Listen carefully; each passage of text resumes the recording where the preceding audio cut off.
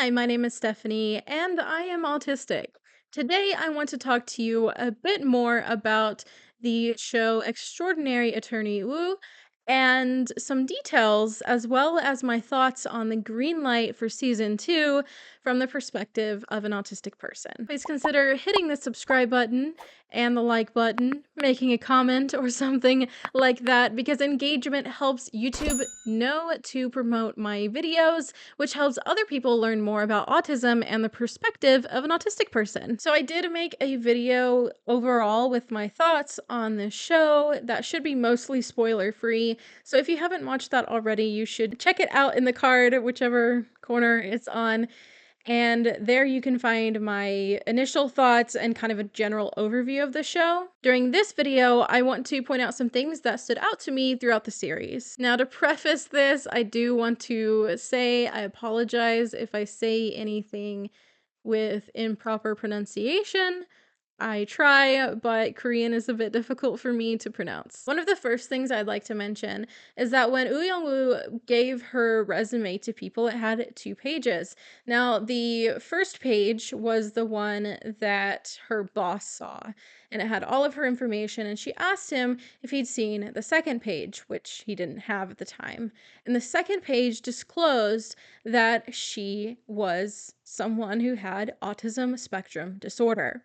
Now, this would explain pretty well why she was pretty much completely turned down despite her amazing accomplishments academically. I want to talk a bit more about work and disclosing autism in a future video. Let me know if you're interested in that in the comments below. Something we see in the first episode is a situation in which this older man gets distressed and starts freaking out basically at Youngwoo, and he kind of lunges at her and he's yelling and basically just being a menace to the point that people have to kind of physically stop him, right?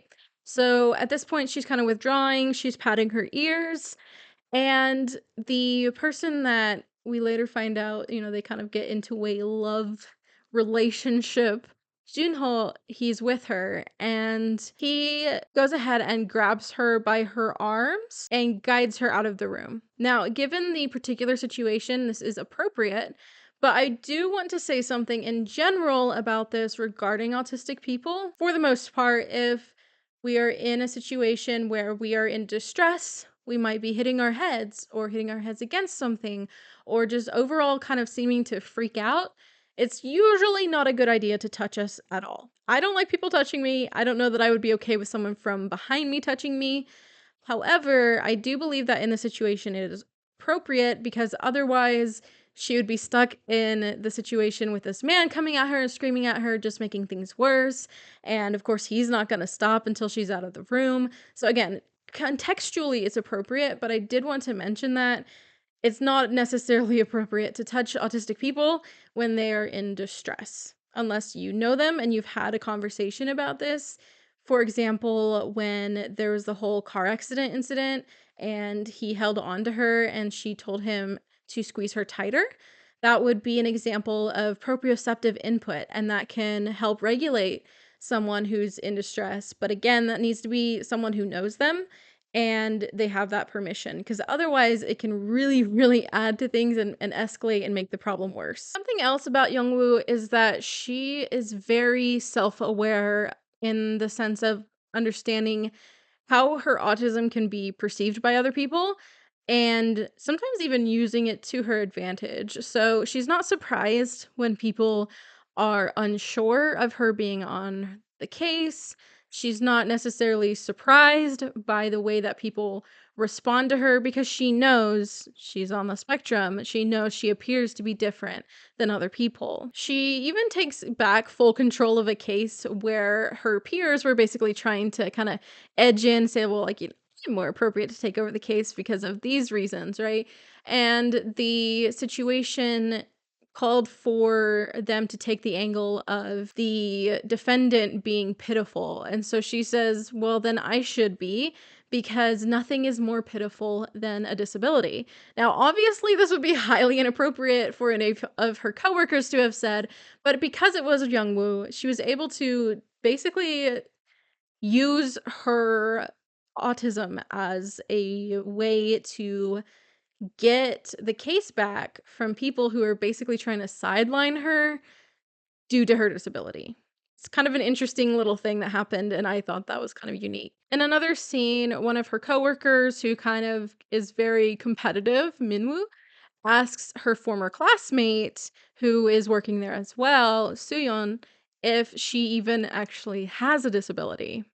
He even suggests that she might just be pretending. Now, Suyeon notes that Youngwoo would always come first in the class, but she would feel bad and help her because of her social and physical clumsiness. Minwoo then asks why she would help someone who is stronger than her. Then they get out to the lobby. They were coming down the elevator, come out to the lobby, and they're greeted with the sight of Youngwoo basically in a battle with the revolving door. She was trying to use the rhythmic dance thing that Junho had taught her before, and it just kind of wasn't working. The timing wasn't going great. And of course, Minwoo kind of just snickers and exits out the door, not the revolving one. They had like push doors on the side. And Suyeon tries to leave with him. She kind of feels bad, but she leaves. She gets to the edge of where like the sidewalk is, and she sees her still struggling and turns around to go help her. She then stops the revolving door that Youngwoo had managed to get herself stuck in now that she finally got into it, and Suyeon asks her if she's a fool and then leaves. And this is hard because Suyeon's perspective is kind of like, stop making yourself look like a fool so that people like Minwoo won't treat you the way that they're treating you, right? Like, why are you acting this way? Because I know you're smart, but then you do stuff like this and people call you a fool. People say things behind your back, right? And this really hits home for me because when people first interact with me and they see my obvious stems. So, like, if I'm rocking back and forth, or I'm doing things with my fingers, or whatever it may be. And usually I am because it's a new situation. So, if we're first meeting, it's a new situation. I'm anxious. I'm probably going to be doing a lot of obvious stems. People seem to either avoid me or think I'm not very intelligent or think that they should pity me. So due to my appearance, a lot of times people would like make a lot of assumptions about me. Some people would be kind and caring, but then what happens is my strengths start to show, and of course my inflexible way of thinking and being kind of show, and people kind of shift, they kind of turn, and they often begin to despise me. And I'm talking about especially in a school setting. It'll get to the point where teachers, professors, whatever, will clearly be happy to one up me when I'm wrong. You shouldn't be visibly happy that I'm wrong or that you think I'm wrong. It's just really hard because my peers would begin to despise me. The professors and teachers would kind of have this weird thing about wanting to like make me be wrong. And it was so strange. Like, people can't really seem to hold this idea of someone being disabled and autistic at the same time of understanding them being smart and not necessarily like Youngwoo is a savant, but she still faces a lot of these things. I'm not a savant, and I feel that adds to the problem because I'm not super brilliant. It doesn't shield me from things, if that makes sense. And it can get so frustrating because people seem to not understand that just because you might be smart, that you're not facing additional barriers. And then it's this idea of it's not fair that I get accommodations when you have no idea the amount of things I'm facing that I need accommodations for, but all you can wrap your mind around is that I might be getting better grades than you. It's just so annoying and frustrating. And then it's like things are going smoothly, but then they're not because suddenly everyone's irritated at you. It's just really upsetting. And it's like, I'm not doing these things to amuse you. It's not for my own entertainment. It's not for yours. I'm not a fool. I'm autistic. That's how I feel, and perhaps how Youngwoo felt in that moment. Now, in the second episode, there is a scene where Youngwoo needs to bring a new pair of pants to her former classmate, current coworker, Suyeon, because basically she may have had like food poisoning or something. She's stuck in the bathroom and her first pair of pants didn't make it. Let's just put it that way. So she sends Youngwoo to get her a pair of pants and she asks which one, and she said any. Don't do that. Don't ever tell an autistic person any unless you honestly mean any. So what does Jungwoo do? She faithfully brings her a new pair of pants, but they are pajama pants. And of course, Suyeon is irritated, very irritated, because she looks ridiculous, right? She's wearing these bright pajama pants with her very professional attire on top. It's just completely ridiculous. I don't imagine she wants to be in public at all regarding that. At least she can make it from the bathroom to like a vehicle or something. But it's not a great situation, right? But she's also irritated because it seems like Youngwoo should know, right? Why doesn't Youngwoo know that you shouldn't bring the pajama pants? Well, Youngwoo was actually being quite considerate in her perspective. She met the requirements and she considered Suyeon's comfort. So something autistic people can do is not really consider maybe all the time the context, as well as not always consider that other people have different requirements than they do. So for Youngwoo, she needs the tags taken out of everything. So she finds this nice soft pair of pants that have no tag in them. Now that is fantastic. That works great for her. So she considers this and thinks that Suyeon will also like the thing that she likes or finds that important. Suyeon doesn't care about that. Suyeon just wants something that'll kind of go with what she's wearing so she can be in public for a few minutes. But to Youngwoo, she was being considerate. To Suyeon, she seems not very considerate. And we see this kind of thing happen later too with her father, where she goes to this restaurant that's paid for, I think, by like the company or something. And it's this really nice place. And she brings him back gimbap. That's the dish that she loves. It's her same food, but he makes gimbap all the time. He would probably want something that that restaurant is known for, something fancy. And that's what she brings him home. And he walks through this. He's like, so you went to this really fancy restaurant. He kind of went through this and he's like, so, and then you brought me gimbap. And she's like, yeah. Because she's considering that's her favorite dish. It's really good. She likes it. So you must like it, right? She didn't think that in this particular context, her dad would want some other fancy dish. And that's just a thing that happens a lot of times with autistic people. We just don't really think about that. It's hard for us to realize that like other people have different priorities and different likes and think differently than us. Like we can get that theoretically, right? Like of course people think differently than us. Of course people like other things than us.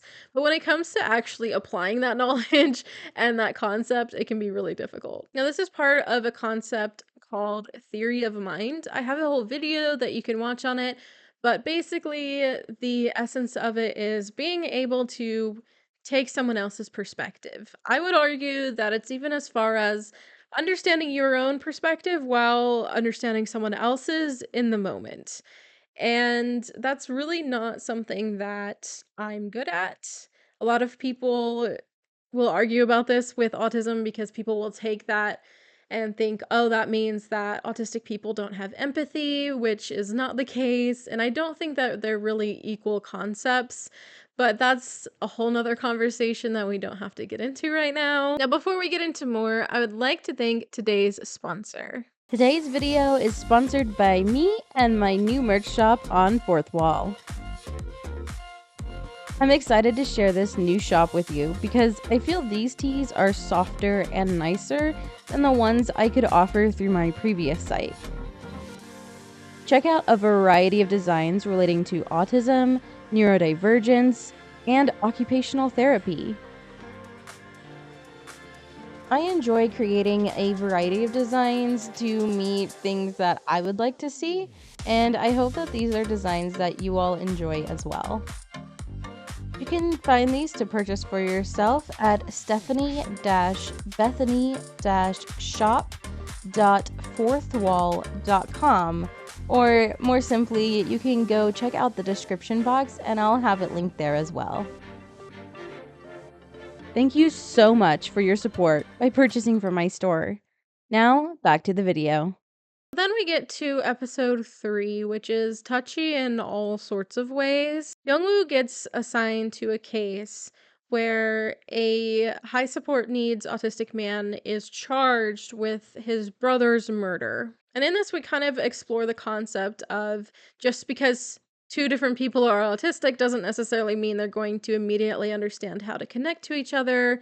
And this is especially the case when we're talking about very different support needs. Additionally, I'm going to put a timestamp right here that you can skip to because this conversation will have mentions of death and suicide. So overall, this case is tragic. The autistic brother, Jung Hoon, is the one being accused in this case. He appears to have limited speech and, of course, is traumatized by the event. When he is found beating up his brother, who is on the floor, he is using echolalia in his distress and saying, "Die, stop," and repeating those words over and over. At one point, when he's asked about what happened, why he did that to his brother, he would just repeat in distress again, why?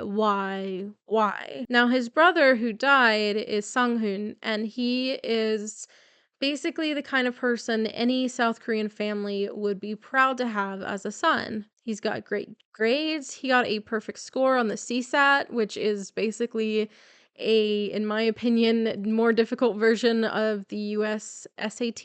He was in medical school at a prestigious university, and he was even considered to be warm and kind. According to the parents, the brothers had gotten along pretty well before then. Now later it is revealed that Sang-hoon unfortunately had a history of trying to take his life, and in one particular case, his brother Jung Hoon had come and stopped him. The diary is really depressing to kind of hear because at one point he says it even brings him comfort to know that his brother freaks out every time, which I think is really messed up.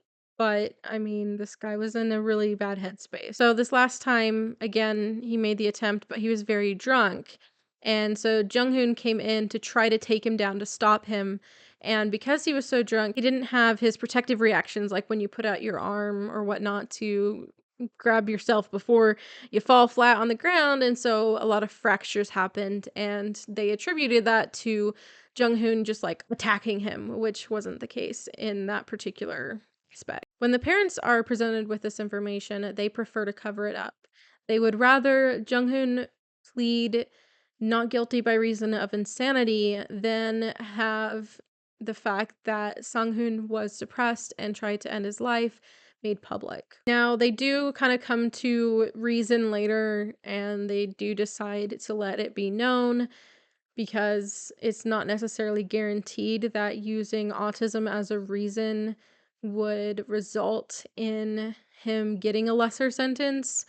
And so they revealed that, yes, during his meltdown of distress because his brother is dying, he did attack him, but it wasn't the reason he died. And they do reveal that in court, but just the initial concept of the parents being okay with their disabled son being seen as insane and trying to kill his brother over letting people know that their other son who isn't disabled would possibly consider something like suicide. That's just really frustrating and upsetting. Now, of course, the case weighed heavy on Young-woo and really myself as well as a viewer. Young-woo's autism was used against her in the court, where basically they were saying you can't use autism as the reason for his insanity plea. Basically, if she also has autism and she's the lawyer, and they kind of tried to insinuate that she must be incompetent if he can be considered that, which ignores the likely comorbid condition of intellectual disability that may be occurring here. Just based on his limited speech, his support needs, it would be likely, at least in the US, that he would have been diagnosed with that. And I feel like that's another reason to consider rather than being like, oh, all autistic people must be this way or that way. Regardless, basically, that situation, the parents are saying, "This isn't looking good for us. We would prefer you not be on the case." She goes ahead and accepts it. And in another situation, Jung Hoon had actually taken a taxi to the law firm because they had tried to connect to him with his special interest. And so he went all the way there trying to get them to sing with him again the theme song for his favorite show. And Youngwoo goes out to him, and the taxi driver didn't see her as someone who could resolve the situation.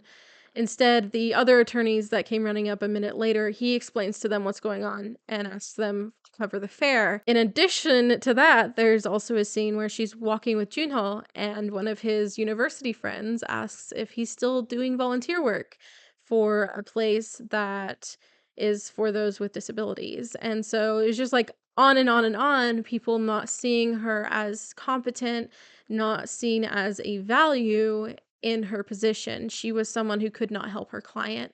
And that really hurt her. Of course, as a viewer, that got me in my feelings. It was just not a great situation. In addition to all of that, Youngwoo sees comments about the case online, and people were basically saying that Jung-hoon being the one to survive and Sang-hoon being the one to die was a national tragedy, and basically implying, and I think even at one point pretty much saying, that the autistic son should have been the one to die, and that it's sad that he's the one who lived. That's really hard to read when people consider you not worth the same as someone else based on your disability, based on really anything, just being seen as less human and less worthy of living, this is really hard. And so, like, all these things pile up, of course, for Youngwoo, and she decides to resign, and it's a whole plot point. So this episode also, of course, highlights that, right? This concept of certain people being more valuable than other people, especially the lower amount of value placed on people who have disabilities. And really, this gets into the concept of eugenics. In fact, in the episode itself, they have kind of like an internal monologue happen with Youngwoo and the whole situation with Hans Asperger's and the Nazis, and basically this idea that if there's intelligent enough or whatever, then they were worth living, but if they were disabled or all these other things, then they weren't worth living. And these kind of ideas really seem to still pervade us as a society. This idea that certain people should live while other people shouldn't based on X, Y, and Z. I think this is sometimes an issue even in our own community. I know that for some people, they really wanted to make sure that there was a dividing line between them as people who were diagnosed with Asperger's and other people who were diagnosed with autism, or people who also had intellectual disabilities, because they wanted it to be clear that they were intelligent and thus they were worthy of life and they were worthy of being respected. So it's still this idea that you kind of have to separate yourself out, right, from these other autistic people, because you have to let other people know that you should be alive, you should be worthy of living, but we all should be. We all should be worth living and worthy of life. And it's just so frustrating that these ideas perpetuate society and even our own communities. Despite it being painful, I think the show does a really good job of addressing these sorts of things and highlighting them. I have seen where some people were critical of the show not properly addressing certain issues. I really feel like that comes from more of a Western perspective, because a lot of times these more Western shows, they tend to be almost like spoon feeding us what we should believe is right and wrong and what we like should want to happen and what sides we should take. And this show kind of a lot of times even showed, yes, there are injustices, but that doesn't mean that they always get beautifully resolved. And not all the time is the right thing done, because that's life. And I do appreciate that, because I don't need to be spoon fed to tell me what's right and wrong. I can see that without you literally being like, this is what was right and this is what was wrong.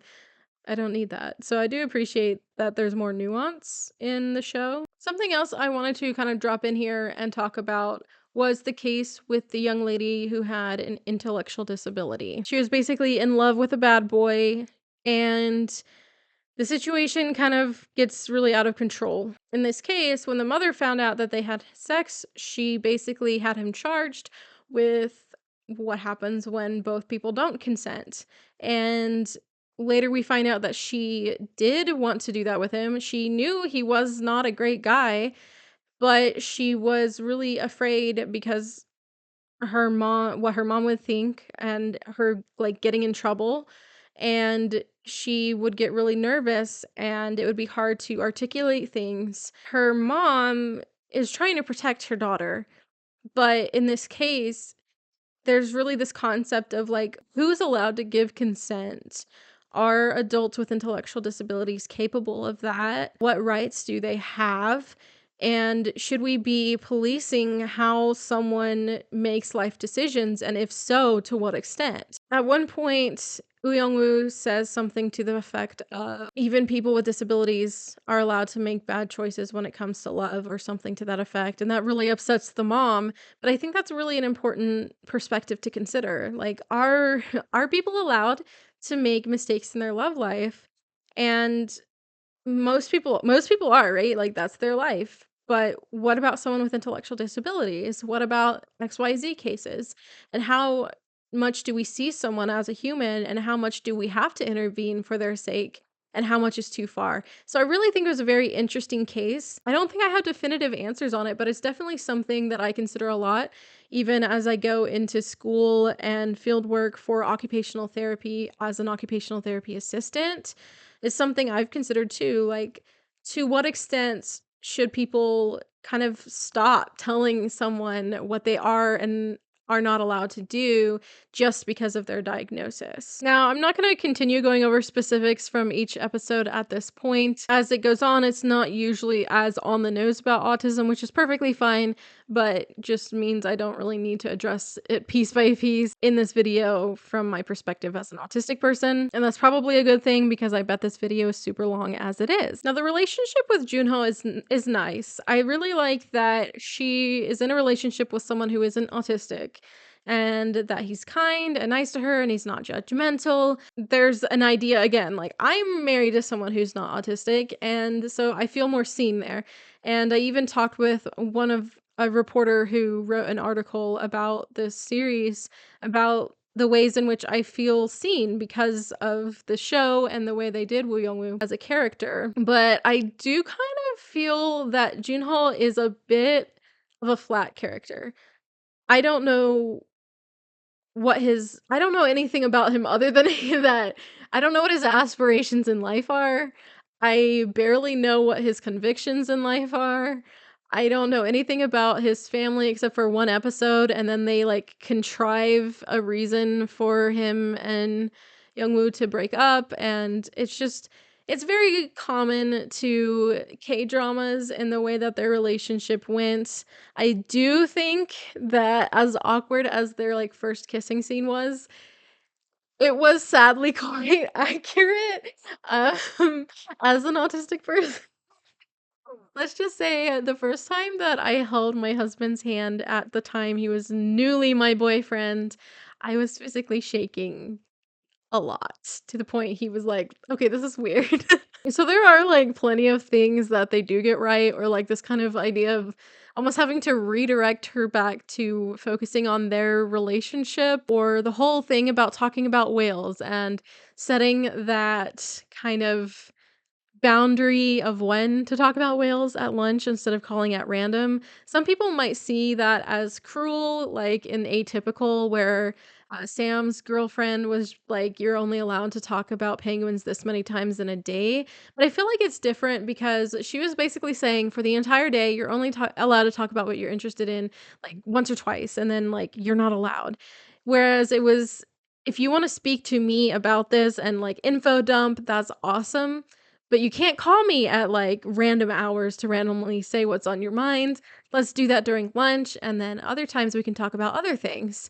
And I think it was appropriate. I think that it also helped him not to get, like, really frustrated with her, because I feel like a lot of people will do that. Like he said, If I don't listen, I don't know who will." And that's kinda like the one moment where I feel like he was a little bit more on the patronizing or pitying side of things. It might have been kind and understanding, but a lot of times this is what people will do. Like, they'll wanna be the kind person who listens, but then people will do what Jungwoo did and they'll call at all times, or they'll just randomly info dump at complete random to the point where they're disrespecting the boundaries of other people, but they didn't make them clear, and so they'll cut them off, and they don't know why. Yeah. So I think that healthy boundaries are a thing, but other than that, I think that their relationship, I mean, it's cute. He appears to know how to help her. He appears to have some experience with people with disabilities. But I'd like to know about Junho as like a person. I feel like they just never really fleshed him out. He got angry at people for saying that they're not a good match, but even that just it didn't feel it felt really contrived. I don't know why. For all the things that they did right about autism, they kinda just let Junho, like I don't know. I feel like they really need to work on him as a character. Some other things I want to address really quickly are some of the views of South Korean viewers.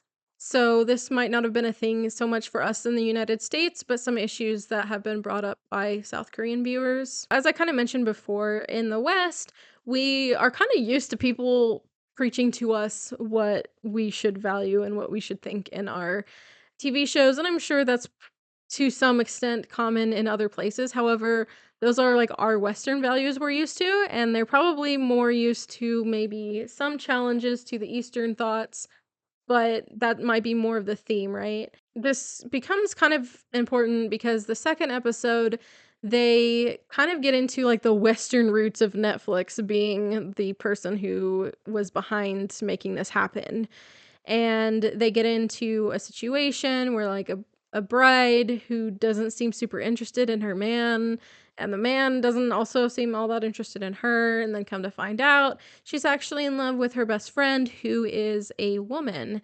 And I had some people in my comments when I translated their comment, they were upset that that was included because they felt that it was inappropriate to be shown where children could see it. Now, this is again, it's a more conservative view from Eastern standards. And so this show probably does have a lot more of a Western viewpoint put into it than maybe people are used to.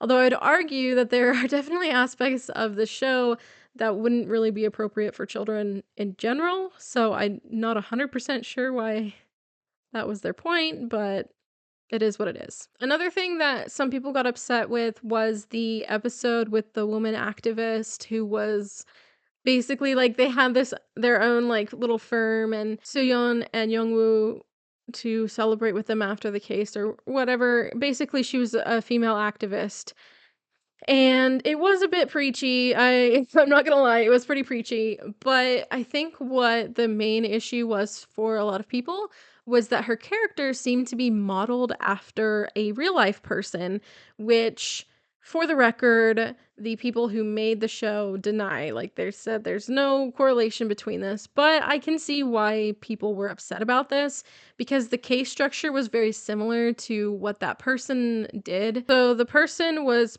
Park Won-soon, I think, and he seemed to be like a champion for women's rights. He actually won the first sexual harassment case for a woman, then was accused of sexual harassment by his secretary. And the way that it kind of turned out kind of looked like they were modeling her after him, and then it almost seemed like maybe they were supporting that and trying to make him out to be a good person through her being a good person in the show. I don't know. I feel like if it was something I understood more from it happening in my culture and stuff, I feel like maybe I'd understand more. But the parallels that people were noting do seem pretty significant. Again, the people who made the show say that that's not the case. I don't know. Something else that also brought up was this whole the feminism thing. So again, Western culture, very strong about feminism to the point of radical feminism a lot of times. Whereas in Eastern culture, there's still a lot of bias against women that is pretty overt oftentimes. And so people were kind of irritated about that. And then they were saying, well, a lot of times the antagonist in these cases is a man and the man's doing bad things. Even if that is the case, I do think it's important to note that some of the good people in the show are male, and the two main antagonists in the show are two women lawyers. So I don't know. I don't think that they were pushing that too hard, but that episode did have a lot of very heavy handed feminism type of vibes going on, so I can see why maybe that would upset people. So moving on to my thoughts on the green light for season 2. Quite frankly, I'm a bit surprised because most K-dramas run for their one season, 16 episodes. I personally prefer that because I know that everything should be kind of wrapped up in that season. I don't have to wait years and years and years for conclusions, and things don't get carried on in cliffhangers and then never get followed up on because there's not another season. So I was surprised by this decision just because that's how K-dramas typically work. However, it did kind of take a lot of things by storm, so it's understandable why they would want to continue on. I think it's gonna be a bit difficult for them, however, to do season 2. This is because it kind of fell victim to the very typical K-drama thing where, like, the last few episodes get kind of crazy or don't make a whole lot of sense just to kinda wrap things up or to, like, add in a final conflict to be resolved in the last episode. And so we have, like, all of a sudden she has a brother, and then all of a sudden this is happening, and it just kind of felt messy, and I mean, it was an ending. It wasn't bad, and they did leave it a little open to a potential sequel, like a second season or whatnot. But I feel like they're gonna have to do a lot of cleaning up to make season 2 successful. They also kind of went a little bit crazy with her savant abilities toward the end to the point where they were practically making it almost like a superpower, and I was willing to just kind of forgive that because it was toward the end. It was just kinda like, "Okay, whatever." But I don't know how you're gonna rein that back in when we get to season 2, and if you don't rein it back in, it's not gonna be as good. Making Woo into some, like, superhero or, like, making her savant abilities superhuman, that's gonna turn a lot of people off who liked the more realistic base of the show. So I do think it's gonna be really hard for them to make season 2 as good as season 1 and to kind of clean up after their last couple episodes and what they decided to randomly do with the plot. To be completely honest with you, I'm not really sure where they're even gonna go with the story. I hope that they have a good plan in mind. They do have time because from my understanding, it won't be till 2024 that we might see a season 2 just to get everyone's schedules back together, but they do plan on keeping the same cast, so that's good. I just hope that they really, really, really think the writing out before they start doing things. I just hope that they don't ruin a good thing by trying to continue it on when it doesn't need to be. So I'm just really hoping that it goes well. It would be nice to see them consult some autistic people. I'm always available if I say always, I'm like never available to people when they need to work with me. But I'm just saying, if they reached out to me, I wouldn't be opposed. But I'm sure they'll actually, talk to people who are much more available. However, I do look forward to it and I hope it turns out well. If you enjoyed hearing my extensive thoughts on some of more of the details behind Extraordinary Attorney Woo, then you should go ahead and hit that like button. You can tell me what you thought about the different things that I mentioned or just things that you thought of during the series in the comments below. And go ahead and hit that subscribe button if you enjoy hearing about autism or just hearing from me in general. Thank you to everyone who supports me here on YouTube as YouTube channel members, through Ko-fi, and as patrons on Patreon. And a special thank you to my Spinny Stimmy tier patrons, Philip Noah, Jack Varney, and Snowbird. Thank you so much for watching. I hope you're having a wonderful week, and I'll see you in my next video. Bye!